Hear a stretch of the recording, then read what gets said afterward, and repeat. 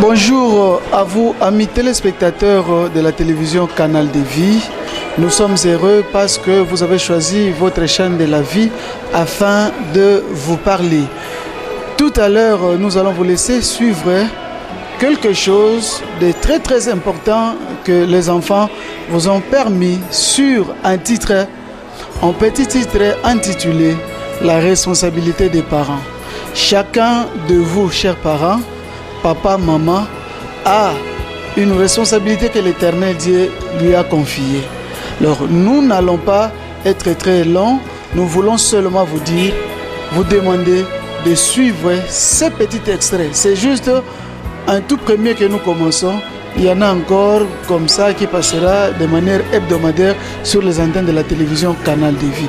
Vous êtes enfants de Dieu, vous êtes appelés à prendre votre responsabilité en main en tant que parents. Et ce sont les enfants que vous allez bien suivre tout à l'heure là. Suivez.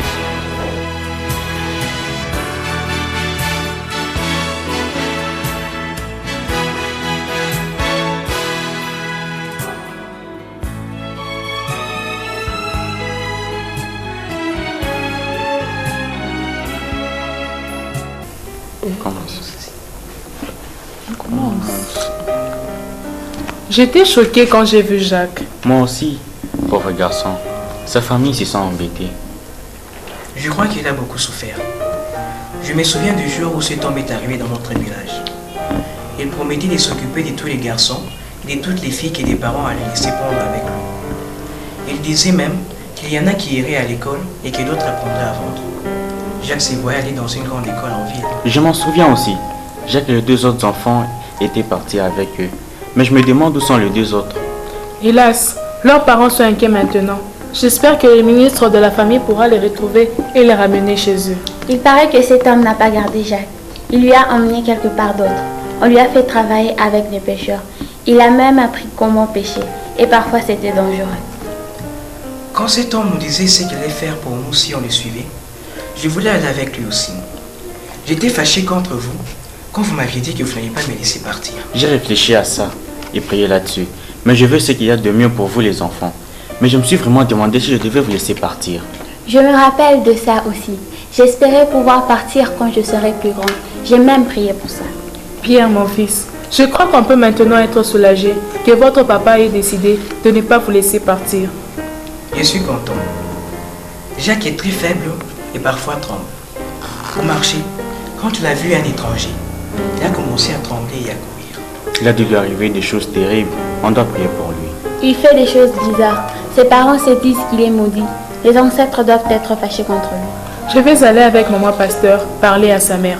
Elle a besoin de savoir que les expériences terribles que son fils a vécues l'ont affecté. Ça n'a rien à voir avec les ancêtres. Je sais, mais les autres enfants le fuient.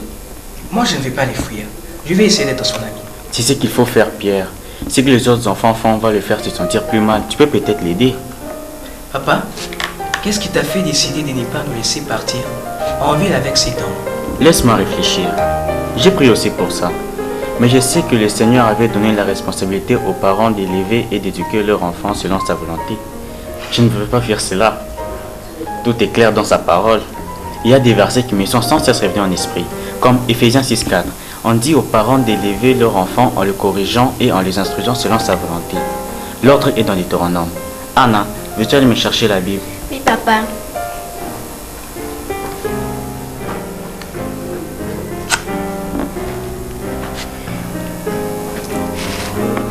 La voici, papa.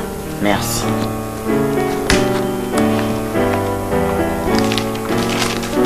On y est. Deutéronome 6, de 6 à 7.